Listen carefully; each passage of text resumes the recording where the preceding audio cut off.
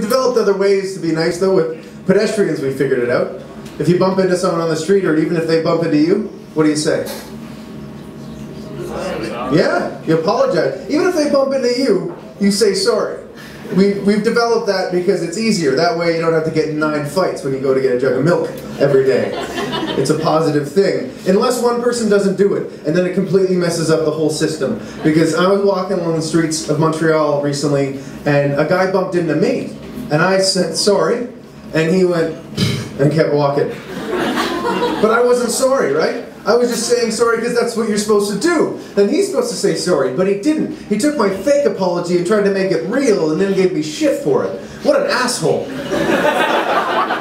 Like, what a whore. I'm so glad that I bumped into him. I hope I ruined his day. I hope I delayed him just enough so the next street he crossed, he got hit by a fucking car. I'm not sorry at all.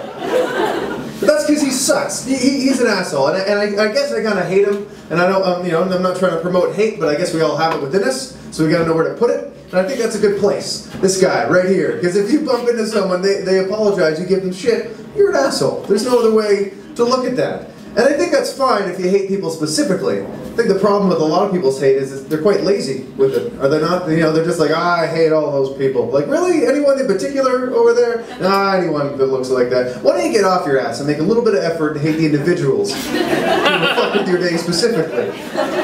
Because if we could agree on that, maybe we could do something about it, right? Maybe we could get rid of them all. Have a nice Holocaust. You're right, it's not a perfect idea because we have some pretty crap friends and relatives. We'd have to call them hurriedly and hide them in our attic. We wouldn't even be able to hide them very well because they'd be like, it's cold up here! I'm hungry! Like, oh, fucking assholes, they're going to get me in trouble, as usual. No surprise there. So there's no easy answer to any of life's problems. I wish there was one answer. I wish I could figure out one thing before I die. Be completely certain about one aspect of life. That would be great. Just right before I die, be like, oh yeah, and then die. That'd be great. I'd be okay with that. But it's not easy to be completely sure about any one thing. Comedy's organic. Love is another tough one. Love's hard because it's not even easy to be with yourself from time to time. It's kind of hard just to be with you. You know, when you're walking in and out of your door 4 times to get your keys, your wallet, your cell phone, a book, you're like, oh, fuck me.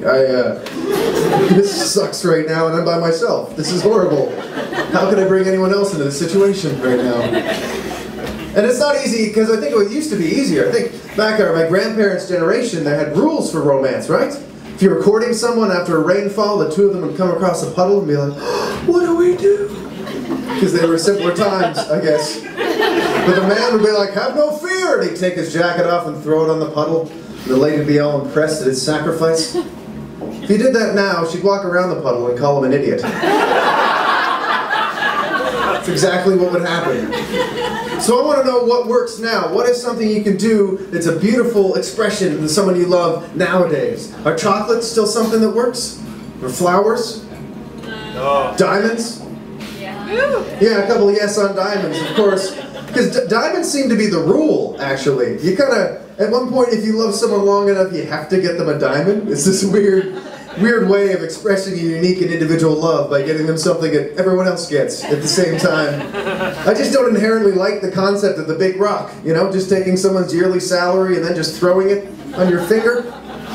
Seems a little rude, doesn't it? Just to parade around at a coffee shop like, oh, I'll have a chai latte and a biscuit. Oh, what's this? It's what you make in here. Go fuck yourself. Go fuck yourself.